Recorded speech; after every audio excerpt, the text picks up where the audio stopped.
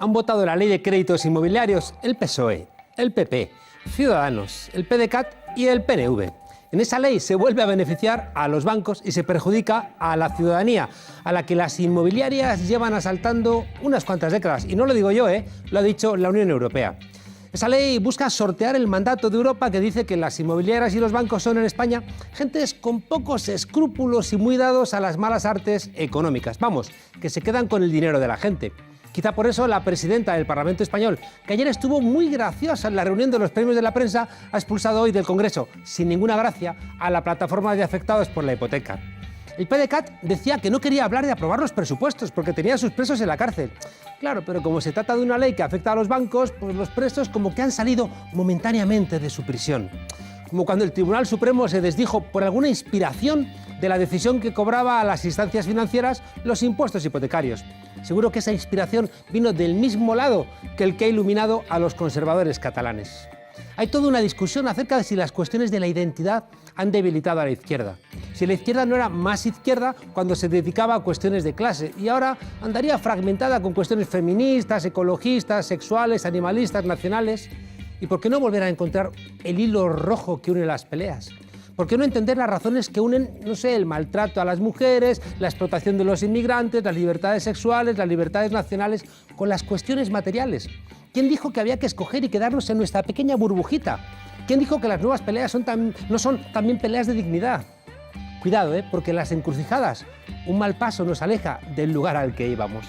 La derecha siempre ha sido mucho más práctica. Puede agitar banderas, esencias patrias, la moral amenazada, las costumbres o la tauromaquia, pero siempre detrás están los dinerillos, lo material. La explotación sigue siendo la contradicción principal. Claro que hay secundarias, pero la principal sigue siendo esa porque seguimos viviendo en sociedades capitalistas, sociedades de mercado, que suena más fino. Y las dictaduras, las de ayer, las de hoy y las de mañana, son en todos lados de clase.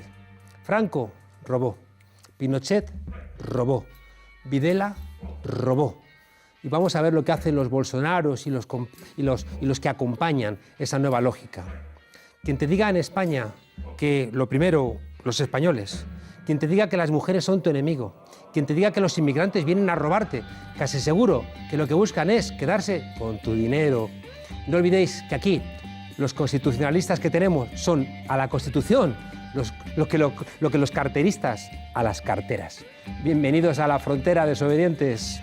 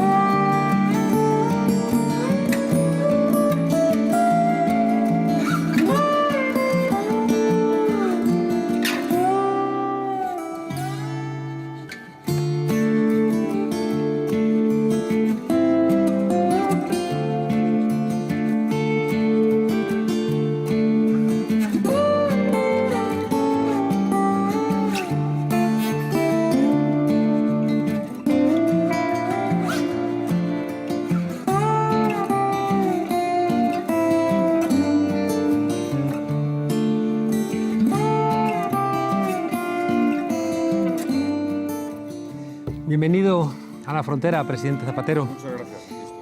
Creo que los que convocamos aquella manifestación delante de la sede del PP en 2001, aquel famoso Pásalo, pidiendo la verdad antes de votar, ayudamos a que usted viniera y creo que los mismos que hicimos aquello luego estuvimos siendo parte del 15M que ayudó de alguna manera a que saliera. Y tengo la sensación de que hemos estado pidiendo durante todos estos años a la socialdemocracia que volviera a ser socialdemócrata, pero parece que corre más que nosotros. Yo creo que tenemos que ponerle un poco de perspectiva a todo, ¿no? La socialdemocracia sigue siendo la aspiración y el proyecto que mejores cotas de bienestar, libertad e igualdad ha alcanzado allí donde se ha podido realizar, pero no es algo que pueda ser permanente, porque yo sé que las sociedades, igual que los seres humanos, necesitamos la predictibilidad, la seguridad del futuro, y todos estamos sometidos a una contingencia, ¿no? A una contingencia como son la evolución de la propia economía, de conflictos bélicos. Es decir, hay que tener un poco de perspectiva. Lo cierto es que desde que la socialdemocracia nace y se realiza en muchos sitios durante bastante tiempo, los derechos sociales, la capacidad de cohesionar social ha mejorado notablemente. Pero tengo la sensación, lo que dices Pinker, ¿no?, de que vivimos en un momento histórico donde buena parte de los ítems más relevantes en la historia de la humanidad han mejorado, ¿no? El analfabetismo, bueno, que se ha solventado, el hambre, la esperanza de vida. Y especialmente en España. Sí, todo eso es indudable que ha mejorado. Pero ¿por qué la gente tiene esa sensación de que está todo en el aire y que lo puede perder? Bueno, lo tiene sobre todo en la mayoría de los países llamados occidentales. Y tiene una explicación que nos cuesta asumir, pero que es bastante entendible. Y es que durante prácticamente 2 siglos, Occidente ha atesorado la riqueza del mundo, siendo apenas el 10% de la población en más de un 50%. El despertar de China y de los países emergentes que habían desaparecido prácticamente de la historia ha hecho que la riqueza se esté repartiendo. Si uno coge los casi 500 millones de chinos que han salido de la pobreza y se han convertido en clase media, se corresponde en buena medida con clases medias que se han estancado en Occidente. Y Occidente tiene un problema muy serio. Hay un juego de suma cero de que lo que ganen unos lo van a perder necesariamente otros. Es que lo que es impensable, yo creo que no se volverá a repetir en la historia, es que, repito, durante más de un siglo, el 10% de la población atesorará el 50% del PIB del mundo. Claro, pero es decir, los países llamados desarrollados, ¿no? En ese movimiento, lo que estamos perdiendo los occidentales, parece que se lo están quedando unos cuantos occidentales, ¿no? Porque las desigualdades están creciendo exponencialmente. Bueno, pero las desigualdades crecen fundamentalmente porque la crisis ha golpeado, como siempre, a los sectores más desfavorecidos, en el ámbito laboral y la precariedad y el desempleo. Hay una relación directa, hay que comprender que, en fin, me tocó muchas veces darle vueltas y vueltas y vueltas, hay una relación directa entre desigualdades, porcentaje de paro y precariedad laboral. Cuando el empleo llega a sus cotas más altas y cuando hay más estabilidad laboral, las desigualdades bajan. Dicho esto, yo soy de los que piensan también que recordando el espíritu de la Revolución Francesa y de la Revolución Norteamericana, era un espíritu de caminar hacia sociedades semejantes, ¿no?, donde fuéramos bastante semejantes. Y desde luego es bastante incomprensible esas riquezas exorbitantes que a veces, esos patrimonios exorbitantes que tenemos en muchas de las sociedades llamadas occidentales o capitalistas o de libre mercado, ¿no? Son ciertamente, yo creo que esa reflexión acabará produciéndose a lo largo de la historia, ¿no? Los procesos, claro, para nosotros, lo que estamos viviendo, estos 10 años de crisis dura, de incertidumbre, en fin, de pensar que es la culpa de la globalización o del neoliberalismo, en fin, que nos aferramos a categorías fáciles, cuando la verdad es que la dinámica de la historia es mucho más compleja y en muchas ocasiones tiene que ver, pues, con la propia revoluciones tecnológicas que producen un impacto casi siempre, y ahora estamos asistiendo a una gran revolución tecnológica de la información, casi siempre la primera fase es una fase donde hay bastantes injusticias, bastante acumulación de capital, produce progreso, porque estamos viendo un progreso espectacular. Tecnológico, sin duda. Tecnológico, claro. pero claro, el tecnológico es también el que afecta a la biomedicina, donde cada día vemos que hay nuevos avances, fundamentalmente como consecuencia de las tecnologías de la información, que van a hacer que seguramente la generación que viene por detrás de nosotros, pues la expectativa de vida de 120 años no sea algo extraordinario. Igual en otros campos de la ciencia, del transporte, de las comunicaciones. O sea, tenemos que... La política a veces peca de falta de humildad, porque muchos de los cambios históricos y sociales que se producen, en fin, creo que a veces hay que volver a Marx, ¿no?, son fruto de las revoluciones tecnológicas. Yo siempre he dicho, si no hubiera habido revolución industrial, máquina de vapor, no habría surgido el socialismo. Es muy probable, ¿no? Claro, el corazón del socialismo era el mundo del trabajo. Y hoy nos encontramos con que, bueno, ahí está la figura del trabajador pobre. Todos recordamos que antes entraba un sueldo en una casa y con eso la gente vivía, hoy entran dos y no se llega a fin de mes. Hay una precarización muy fuerte. Las 8 horas de trabajo con la aplicación de los algoritmos laborales se convierten en 8 horas infernales, ¿no? Que prácticamente te roban la dignidad. Creo que la izquierda no ha inventado, ¿no?, qué puede sustituir a ese elemento laboral para luchar por la justicia. Bueno, es verdad que cuando las economías, como las economías ahora europeas occidentales, tienen problemas para incrementar su productividad, su fuerza transformadora y creativa, pues eso repercute lamentablemente siempre en las capas sociales más desfavorecidas. Yo creo que tenemos que centrarnos en las medidas, por supuesto la socialdemocracia y la izquierda es quien ha liderado las medidas redistributivas, es decir, utilizar los impuestos para redistribuir, y con eso hacer la educación pública, la sanidad, la dependencia, las pensiones, con el problema demográfico que tenemos. Pero yo creo que una parte importante que tenemos que redefinir es la predistribución, es decir, la distribución en el ingreso. Eso tiene que ver con el salario mínimo interprofesional. Yo soy muy defensor de la subida del salario mínimo, es una medida predistributiva, porque toda la escala salarial se ve beneficiada, porque además tiene una repercusión espectacular. Nosotros lo comprobamos, subimos el salario mínimo, los años buenos, en las bases mínimas de cotización, ¿no? Las bases mínimas de cotización de las pensiones. Claro. Que al final es uno de los elementos que siempre hay que ver socialmente. Tenemos un sistema de pensiones muy redistributivo. Entre la pensión máxima y la pensión mínima, pues hay gente que no lo entiende, que dice, no, que recibas lo que pagaste. Y dices, no, es que es una construcción política. Claro, ¿no? Es que la izquierda defenderá siempre que una persona, aunque haya tenido oportunidades en la vida y no las haya sabido aprovechar, merece la solidaridad de la sociedad. La derecha, las mujeres, ¿no? Que la derecha no la defenderá jamás. Nunca han podido trabajar fuera. No, la derecha no es está muy en interesante. Yo tuve hace unos años un debate con unos votantes demócratas norteamericanos, profesionales, abogados, médicos, que cuestionaban el sistema universal de sanidad pública con el siguiente argumento, ¿no? Fíjese, demócratas norteamericanos, para que vea que al final, bueno, la socialdemocracia continental tiene mucho más vigor progresista. Decían, no, ¿cómo? Yo no, de mis impuestos yo no voy a pagar a alguien que ha fumado toda su vida y tiene un cáncer de pulmón que le cuesta al sistema curarle muchísimo. Porque hay dificultades para entender. Sí, pero es que esto pasa en muchas sociedades, incluso en aquellas, salvo lo que es la isla europea, que podemos denominar. Y claro, por supuesto, nosotros todavía con un tramo por recorrer en relación con los países nórdicos, con Alemania y con Francia, lo que no nos debía de extrañar, porque llegamos 30 años tarde a empezar a construir el estado del bienestar. Salimos pronto. Los 30 años... No, yo creo que al final, es decir, la crisis ha diezmado el estado del bienestar.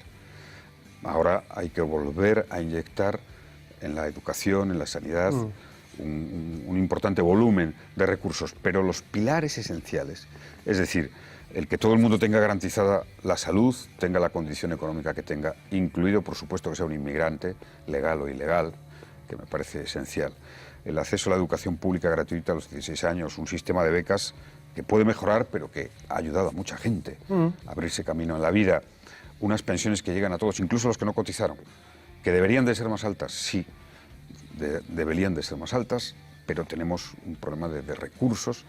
Bueno, hay un mínimo suficiente. Si miramos hacia atrás en la historia, sí.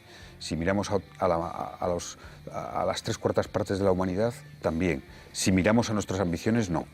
Y por tanto, hay que seguir profundizando en esa línea. Vamos a volver a esta isla europea. La socialdemocracia ha desaparecido en Italia, en Francia, en Grecia.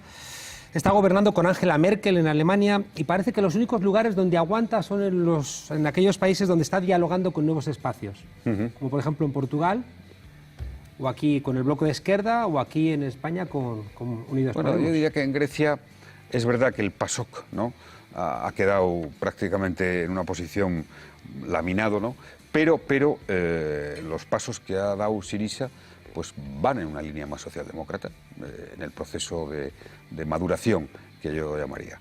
Por tanto, bueno, más allá de las siglas, creo que los valores socialdemócratas, que son bastante omnicomprensivos y universales, están en la mayoría de los partidos de la izquierda. Y sí, en efecto, yo creo que Portugal y España son dos sociedades bastante progresistas. Primero que hay que tener en cuenta. Sociedades bastante progresistas. Hay algunos termómetros claros. Sociedades muy feministas, donde la lucha por la igualdad de la mujer es muy fuerte. Sociedades que aprobaron rápidamente el matrimonio homosexual. O sea, son sociedades de valores abiertos y eso favorece. Y la colaboración con los nuevos espacios que ha habido de la izquierda me parece más que razonable. Tiene que haber una interacción. Además, yo creo que esa izquierda que ha emergido en la crisis, en mi opinión, está en buena dirección. Es decir, creo que está en buena dirección. Planteo que está aportando cosas y está sabiendo recibir cosas. Porque me parece que es importante que la izquierda intelectualmente esté abierta a eso.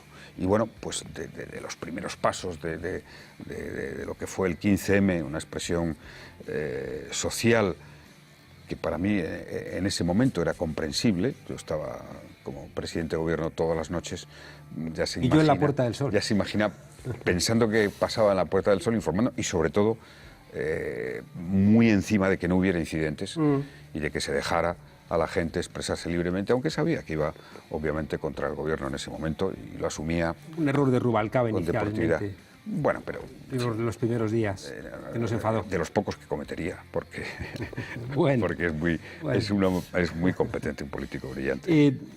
Hay una parte de la discusión entre Podemos y el PSOE diferente de la discusión, por ejemplo, entre Ciudadanos y el PP. Siempre me gusta repetir que Ciudadanos no nació porque el PP dejara de ser de derechas. En cambio, Podemos sí nació porque el PSOE dejó de ser de izquierdas, ¿no? Y tengo la sensación de que bueno, yo eso no lo asumo, pero vamos. Ya. Claro, en cambio, tengo la sensación de que ahora mismo cosas que el PSOE ya no hacía, las ha vuelto a hacer o ha empezado a hacerlas por la presión, ¿no?, de los 71 diputados de Unidos Podemos. Estoy pensando en hablar con los nacionalistas, una vez que se habían roto los puentes de diálogo, en aprobar unos presupuestos que impugnan, ¿no?, la lógica central de la Unión Europea, en presionar para sacar, después de tanto tiempo, a Franco del Valle de los Caídos. Tengo la sensación de que en España también la socialdemocracia se había acomodado un poco al sistema. No lo comparto, ¿no? En mi etapa dialogué con los nacionalistas e incluso con ETA, ¿no? Por tanto, forma parte de la seña de identidad del PSOE en nuestro país ser un partido que convoca la convivencia, ser un partido que cree en la salida pacífica de todos los conflictos y ser un partido vertebrador en el reconocimiento y el respeto a la diversidad. Y sobre las políticas sociales o la política del déficit, claro, hay que estar en el puesto de mando, Juan Carlos, ¿no? Cuando, por ejemplo, llega la crisis como llegó en el 2008, que parece que no era una crisis solo de España, a tenor de lo que ha pasado en todo el mundo, ni de Zapatero, ¿no? Y te encuentras con una situación que es fácil de explicar y difícil luego de gestionar cuando estás ahí, ¿no? Es fácil de criticar, ¿no?, que es la siguiente, que es que nuestro país, pues por ejemplo, en el 2009 tuvo que pedir 100.000 millones de euros a unos señores que se llaman mercados, que, por ejemplo, son el fondo de pensiones de los maestros de Texas o el fondo soberano chino, ¿no?, que te prestan el dinero si piensan que se va a devolverles, si no, no te lo prestan. Entonces, bueno, yo podía haber hecho, haber, digamos, lanzado un mensaje de sacrificio heroico, y decir, no juego al juego de los mercados, no juego al juego del déficit, pero seguramente en el mes de septiembre no podría España pagar las pensiones a sus pensionistas. ¿Y era mejor tomar decisiones? Este es el dilema. Al margen de la ciudadanía. Quiero decir, siempre hemos recordado con cierto dolor, ¿no?, que la única vez que se ha cambiado la Constitución en España de una manera sustancial fue con agosticidad, ¿no? Un acuerdo entre el PSOE y el PP para cambiar el artículo 135 y dar prioridad, ¿no?, al pago de la deuda sobre el artículo 1 de la Constitución, que nos establece como un Estado social, sin consultar a la ciudadanía, con un memorándum, ¿no?, que después lo publicaría usted en su libro. Una cosa como de repente la llamada regla de oro fiscal tiene un origen socialdemócrata y un origen sueco, además. Es una regla que, bueno, me he cansado de discutirlo con gente de izquierdas, ya después el 135 es algo que pesa en mi cabeza, ¿no?, de manera permanente, pero es una regla que viene a decir lo siguiente, ¿no? Cuando los ingresos fiscales van bien, no gastemos. Para poder gastar cuando los ingresos fiscales vienen mal. Entonces, yo simplemente digo que el 135, la reforma, que es verdad que fue express, en fin, en una situación casi crítica, lo he explicado muchas veces con poco éxito, porque seguramente ni tú me crees, ¿no? Pero a mí nadie me la sugirió, ni me la impuso, ni me la propuso. La propuse yo como una medida que favorecería ese cumplimiento de las necesidades financieras que teníamos como gobierno para llegar al 31 de diciembre, poder pagar las pensiones y algo que, en fin, casi nadie recuerda. Yo pagué las pensiones sin tocar el fondo de reserva de la Seguridad Social. Dejamos casi 70.000 millones que, por cierto, ha permitido pagar las pensiones en los años siguientes. Entonces, bueno, sí, yo asumo, decir, que entiendo perfectamente que es fácil, incluso es fácil y además suscita un aplauso. Bueno, hasta Pedro Sánchez, que colaboró, ¿no?, en la redacción de 135. Sí. Y tuve con él un debate, pero claro, cuando eres gobierno y cuando tienes la responsabilidad de que tienes que pagar las pensiones y para pagar esas pensiones te tienen que prestar dinero y no te lo van a prestar si creen que el país está enloquecido y que hay un gobierno que gasta y no va a devolver, no te lo prestan. Y entonces, ¿de dónde sacamos ese dinero? Porque es que el gobierno, en fin, debo recordar que o son impuestos, y con una crisis económica, por mucho que suban los impuestos, pues en fin, puede subir 5.000, 8.000, pero claro, es que de las pensiones estás hablando de 90, 100.000 millones al año. Entonces, es decir, abdicación ideológica, ninguna. Gestión de la contingencia, sí. Siempre procurando afectar lo menos posible a los sectores sociales que lógicamente tenían más problemas. ¿Pero no cree usted que el Tratado de Maastricht, la independencia de los bancos centrales, esta asunción, ¿no?, de la inevitabilidad de las decisiones de los sectores financieros globales, no va limitando el espacio de la propia democracia y, por tanto, va maniatando la soberanía nacional y, por tanto, va permitiendo que la ciudadanía diga para qué voy a votar, ¿no? Fíjese, por eso es tan importante proyectos como el de la Unión Europea, ¿no? Como se ha demostrado, la única institución federal que tenemos en la Unión Europea es el Banco Central Europeo. Y gracias al Banco Central Europeo hemos salido de la crisis. Por cierto, a partir de 2014, porque ya me hubiera gustado a mí en 2009, 2010, que hubiera estado Draghi, que dijo, cuidado, aquí el Banco Central va a ser banco de último prestamista, como hace la Reserva Federal, e hizo una crisis. Bueno, eso lo hemos aprendido ahora, en un proceso de construcción europea que, insisto, tiene el Banco Central Europeo como prestamista de última instancia. Pero más allá, donde los bancos centrales no son independientes, las cosas han ido fatal. Yo muchas veces he sentido coraje por la independencia del Banco de España, ¿no? Porque bueno, hacía unos pronunciamientos que yo no compartía, pero creo en una democracia donde el reparto de poderes, los organismos reguladores, también jueguen su papel. Sí, sí. Es decir, pero el Banco Central... Y matizo, seguramente es un debate por realizar, pero no tengo la seguridad de decir el Banco Central debe depender del gobierno.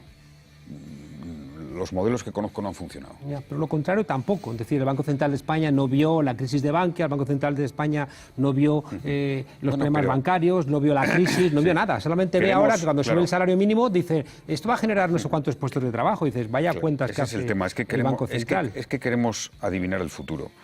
Y por ejemplo, la crisis de Bankia, ¿no? Bueno, yo he seguido muchos de los análisis de los problemas, más allá de las gestiones indecentes que haya podido haber. Siempre echa la culpa a la política. Independiente. Uno de los grandes argumentos de la derecha, porque estaban intervenidas por los políticos. Es muy curioso porque todos hemos querido y todos reivindicamos al final, por ejemplo, que las cajas de ahorro no dependan de los políticos. Y la verdad es que yo no tuve ninguna relación con las cajas de ahorro de gestión, de dirección, de mandato, igual que con las entidades financieras. Luego, cuando hay un problema, evidentemente el gobierno es el responsable.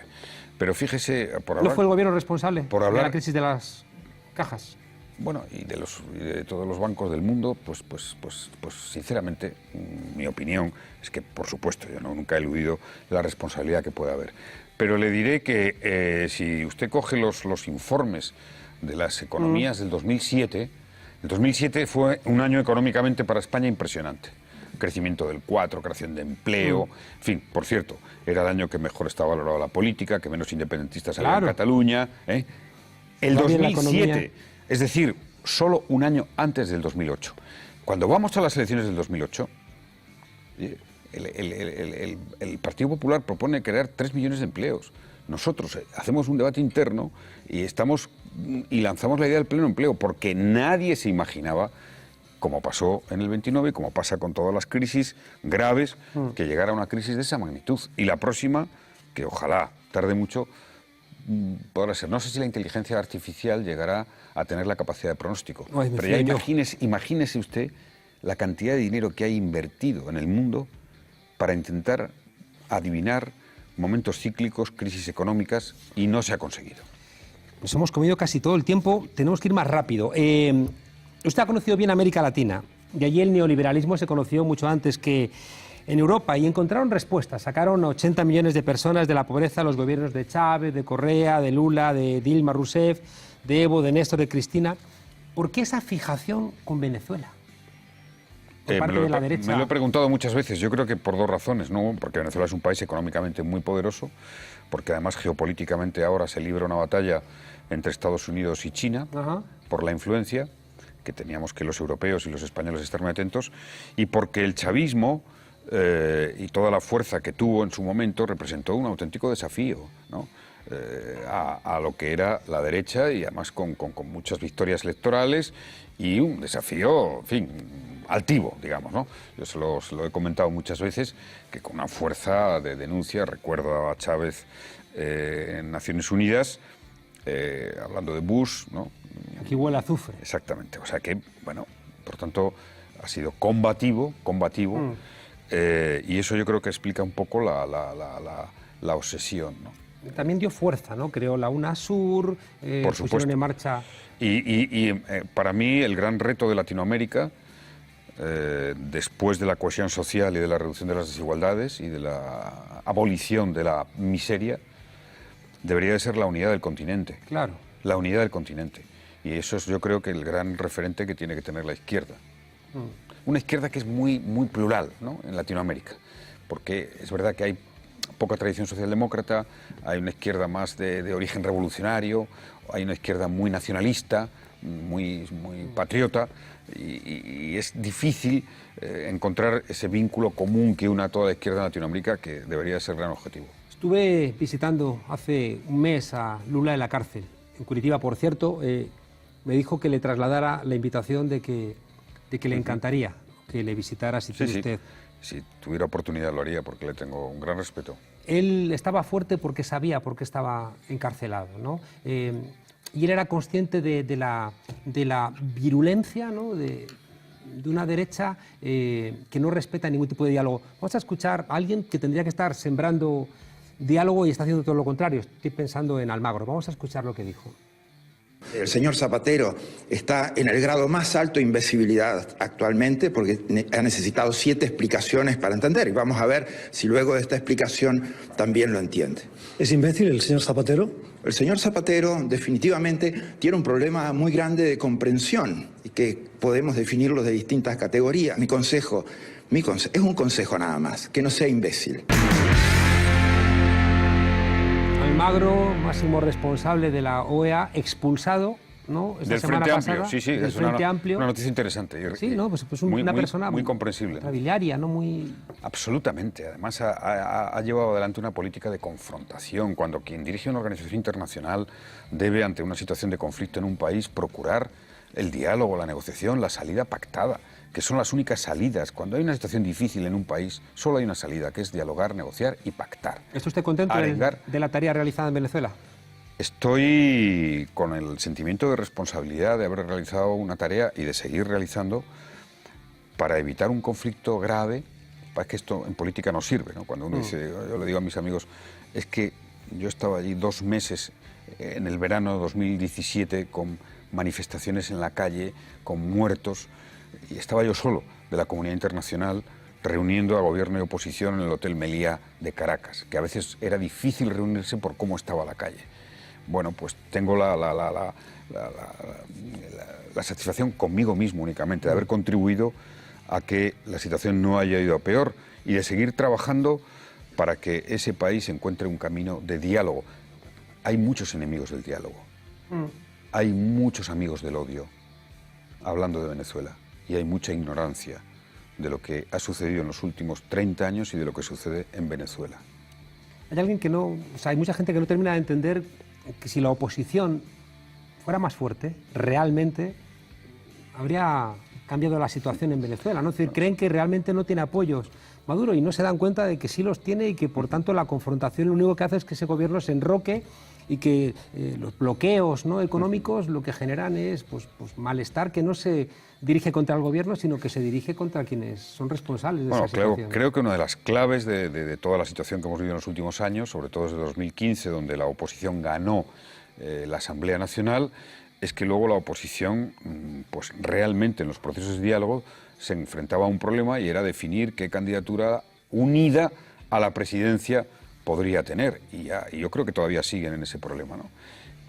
Esto ha condicionado extraordinariamente. Esto más todas las fuerzas externas, radicales, que lo que quieren no es un acuerdo en Venezuela, un acuerdo que nos lleve a unas elecciones, que restituya la institucionalidad, que reencuentre la convivencia, que ayude a salir de la situación económica, donde las sanciones han sido nefastas, solo han perjudicado a la ciudadanía, a las empresas venezolanas, de los venezolanos que están allí, que casi nadie habla de que allí hay mucha gente, la mayoría, inmensa mayoría, que no se ha ido, empresarios, trabajadores, que se han quedado por su país, y a esos es a los que está perjudicando las sanciones.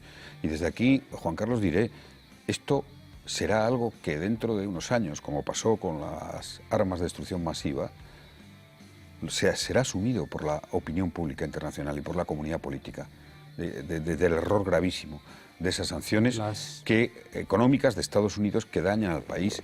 Y por cierto, si el objetivo era acorralar y tumbar al gobierno de Maduro, pues parece que el tiempo pasa y no tiene mucho éxito, ¿no? Exactamente. Luego, esa gente que, por ejemplo, en España supuestamente muestra tanto interés por Venezuela, después no presta mucho interés, por ejemplo, a los inmigrantes venezolanos que están en España o que están en otros lugares. No, lo que es más sorprendente del centro derecha en España, que con Venezuela en efecto tiene obsesión, es que son grandes defensores de la transición democrática y de la Constitución.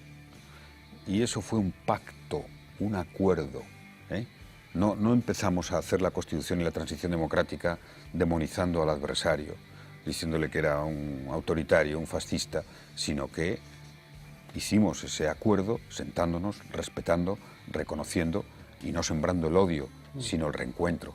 Eso es lo más sorprendente, porque deberían de aplicar ese método que tanto defienden. Si no, o sea, con las posiciones actuales, yo me pregunto en muchas ocasiones, ¿sería posible hacer una Constitución en este momento? Imaginémonos que es ahora la transición. Viendo el panorama político y las posiciones, ¿sería factible hacer una Constitución que, mal o bien, bueno, pues ha servido para 40 años yo creo que de los mejores de nuestra historia, ¿no? Incorporando los años democráticos de la República. Tengo la sensación, desde que se cayó la Unión Soviética, desde que se hundió, la derecha ha empezado a regresar a posiciones antiguas. Yo veo a la derecha española, veo el comportamiento de la derecha española con Felipe González, con usted, ahora con Sánchez, y tengo la sensación de que solamente juegan a la democracia si están las cartas marcadas, ¿no? Luego veo una persona como Aznar que llegó, ¿no?, a la presidencia de Castilla y León mintiendo, ¿no?, acusando falsamente a Demetrio... era Demetrio Madrid, ¿no? Y después salió del gobierno mintiendo, diciendo que el atentado del 11M era obra de ETA y no de Al-Qaeda, ¿no? Y tengo la sensación de que eso no ocurre en la dirección contraria, es decir, Aznar ahora apadrinando a Abascal, apadrinando a Casado, apadrinando a Rivera, tiene una beligerancia enorme, ¿no?, contra todo lo que no sea su lectura del mundo. Pero debo decir, por experiencia y por la perspectiva que seguramente vamos a tener en los próximos años en España, que la democracia es más fuerte que una derecha dura. La democracia es más fuerte que una derecha dura. Y a mí me preocupa que ahora estemos casi conformando en España lo que podríamos llamar el Three Party, ¿no? Es preocupante porque el PP no va a moderar a Vox, sino que Vox va a radicalizar al PP.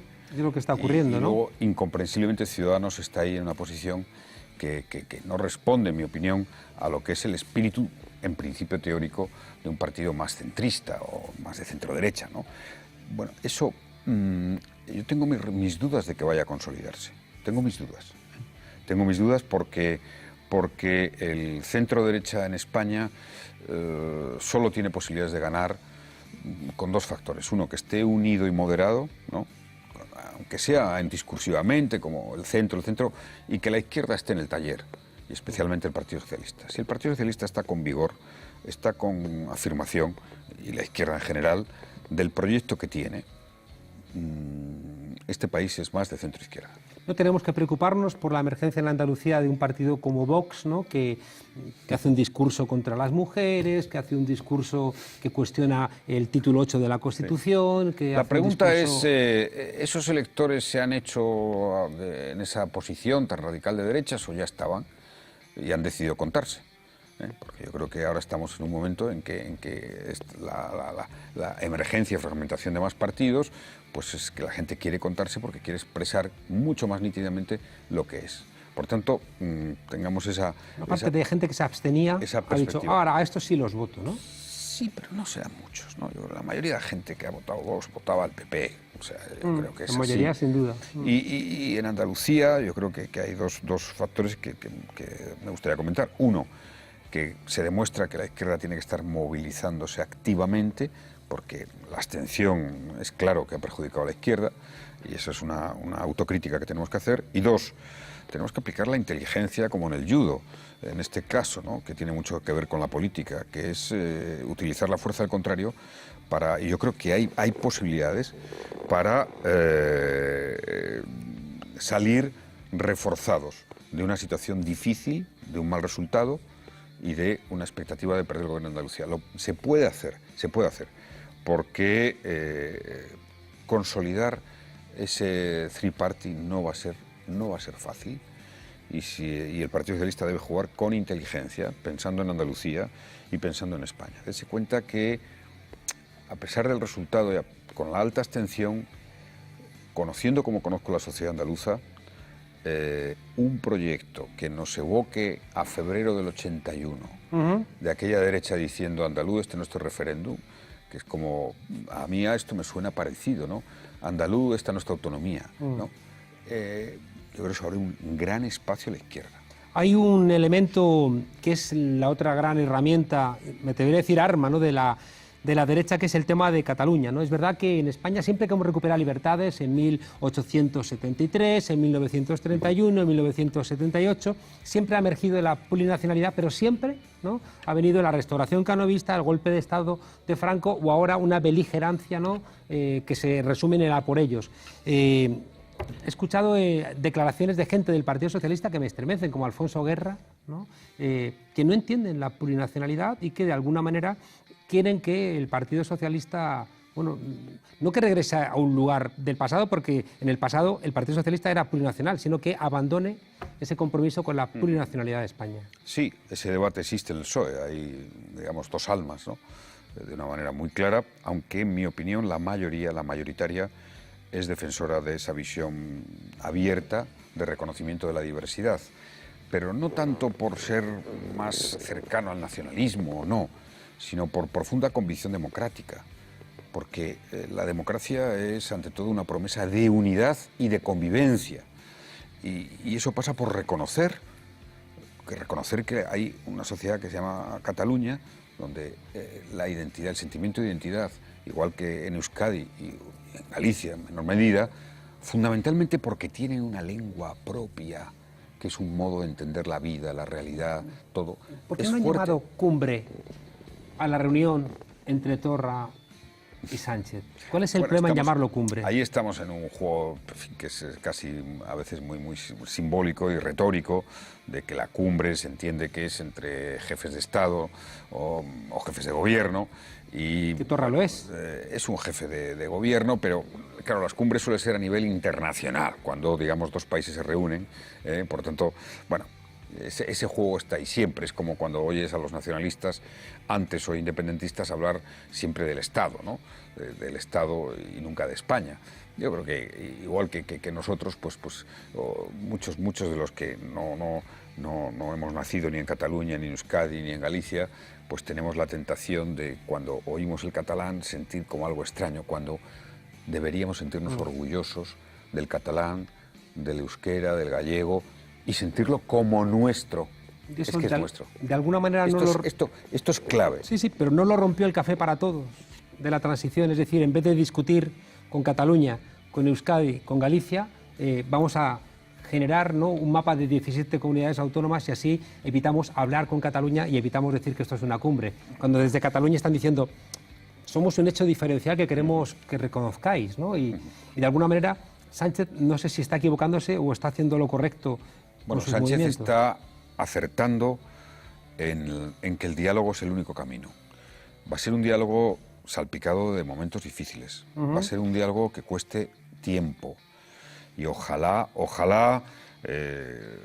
este momento que tenemos haga reflexionar a las fuerzas políticas independentistas, que yo creo que en el fondo tienen la conciencia de que no pueden proseguir un viaje a ninguna parte, que tienen que entender que si la sociedad catalana es una sociedad donde está el 50-50, hay que llegar a un pacto, a un acuerdo de convivencia, que hay terreno perfectamente entre lo que es la autonomía, el autogobierno y la independencia, hay terreno, que hay capacidad de hacer cosas nuevas que tienen que ver con el reconocimiento de la identidad, con la participación en Europa, con un modelo más descentralizado en las capitalidades. Claro que hay, con la financiación, con las lenguas, hay una agenda de aproximación que hay que sentarse a hablar de ella y que nos puede llevar a un acuerdo. Nos debería llevar a un acuerdo, porque los independentistas tienen que saber que nadie les ha reconocido en el mundo, nadie entiende la independencia de Cataluña en el mundo, y uno no es lo que es o lo que cree que es, uno es lo que los demás piensan que es. ¿No terminarán los catalanes más temprano o más tarde votando sobre su inserción en el Estado español? Pues no lo creo. Mi pronóstico es que no, y además no sería una buena herramienta, como demuestran estos referéndum del sí o el no, del todo o la nada, del adiós para siempre. No, ese no es el espíritu de la política democrática. ¿Puede integrarse un territorio como Cataluña en el Estado español sin una voluntad propia, autónoma, de querer formar parte del conjunto? Creo que, como no es un blanco y negro, creo que con una propuesta del Estado, con una propuesta de las fuerzas políticas mayoritarias, dialogada, consensuada, atractiva, eso puede estar en torno a un 70-80% de la sociedad catalana. Aquí estamos en un momento donde todo ha sido muy intenso, muy emotivo. En fin, la República, que sería un nuevo estatuto. Y por el otro lado, pues España, ¿no? Entonces, no, mire, es que esto no va a ser ni una cosa ni la otra. Afortunadamente, la democracia es un sistema y tiene un método que conduce a los acuerdos. Y vamos a tener acuerdos. Hay una pregunta que le quiere hacer una persona con la cual usted, yo sé, tiene una buena relación. Vamos a escuchársela. Hola José Luis, qué bien que hayas ido a la frontera. Mi pregunta es sencilla y difícil al tiempo. Es ¿cómo imaginas la próxima legislatura? Yo no sé si va a haber elecciones en 2019, pero desde luego como muy tarde serán en 2020. ¿Cómo imaginas la próxima legislatura en España? Gracias. La próxima legislatura la imagino con una mayoría parecida a la mayoría de la moción de censura y por tanto con capacidad de gobierno progresista. Ya no entro en el reparto entre quien sostienen. Creo que eso se va a consolidar, y en esa legislatura tendremos dos grandes cuestiones, ¿no?, en mi opinión. Una será cerrar un acuerdo en Cataluña que hay que dejar pergeñado en esta legislatura, que además hay que dejar las voluntades expresadas de que se quiere llegar a ese acuerdo, y será la próxima legislatura. Y en segundo lugar, bueno, yo creo que va a ser una legislatura en la que la capacidad de renovación de las ideas de la izquierda nos lleve a un combate muy, muy fuerte contra las desigualdades sociales y contra la exclusión. Ese es mi pronóstico. Pero necesitamos debate, necesitamos reflexión, porque simplemente por decir que somos, y es verdad, nos sentimos de izquierdas, no es suficiente. Y eso es lo que, en mi opinión, deberíamos de promover, desde todas las tribunas, también desde la frontera, porque ser de izquierdas es siempre estar en una frontera. Nos tenemos que ir. ¿Qué va a pasar mañana? ¿Va a salir reforzado Pedro Sánchez? ¿Va a salir debilitado? En mi opinión, sí, las reuniones, sobre todo, porque, bueno, ojalá no haya los incidentes en la calle, ojalá no se está haciendo mucho alarmismo, ojalá todo el mundo sea sensato, prudente y responsable. Pero si las reuniones que hay previstas terminan en buen clima, que creo que va a pasar, por lo menos la información que tengo es esa, sin duda alguna eso va a ser positivo para el Gobierno, porque el Gobierno y la mayoría que hizo la moción de censura, aparte de superar la etapa del PP, tenía un mandato implícito, que era el diálogo con Cataluña. Nos hemos quedado sin hablar de Makurami, sin hablar de Borges. Díganos algo para despedirnos de la memoria, porque me consta que para usted la memoria es algo más que eso que decía Borges, ¿no? Que hay que olvidar para poder pensar, sino que muy al contrario, ¿no? La memoria tiene que ser el corazón de la reconstrucción de la democracia en España. Sí, porque aquí voy a citar a Juan Gelman, un poeta argentino, que decía que el problema de la desmemoria no es el olvido, sino la injusticia. Y la memoria contiene mucho de justicia, y eso a un país le hace más decente y más digno. Me he quedado con ganas de preguntarle si los hijos de Pablo Iglesias y de Irene y sus hijas, ¿no? Marcan algún tipo de paralelismo en la manera de enfrentar la política, pero será en otra Sí, bueno, ocasión. yo creo que normalmente la socialización política es la familia y normalmente los hijos pues tienen una querencia, pero en efecto yo tengo respeto y aprecio por Pablo Iglesias, Podemos es la historia de un éxito temprano, pero un éxito. Y ahora tiene el reto de que ese éxito permanezca, que es lo más difícil. Tener 140 años de historia como el PSOE, que va a cumplirlos este 2019, es realmente extraordinario. Presidente, yo le quiero dar las gracias por su coraje. Creo que la tarea que ha asumido usted en solitario para evitar que se convierta América Latina en una multiplicación de pequeñas Sirias, creo que ha sido relevante y ha aguantado usted muchas críticas muy injustas por hacer lo que ha entendido que es correcto, y creo que eso es lo que diferencia a un estadista de un político circunstancial. Muchas gracias por venir a La Frontera, un placer. Y a vosotros, desobedientes, ojalá os hayamos dado claves para enfrentar el año que viene. Nos vemos el 7 de enero. Seguramente los Reyes no nos van a traer muchas cosas. Nos conformamos con que no nos quiten. Presidente, muchas gracias. Muchísimas gracias, Juan Carlos. Muchas gracias. Hasta el año que viene, desobedientes.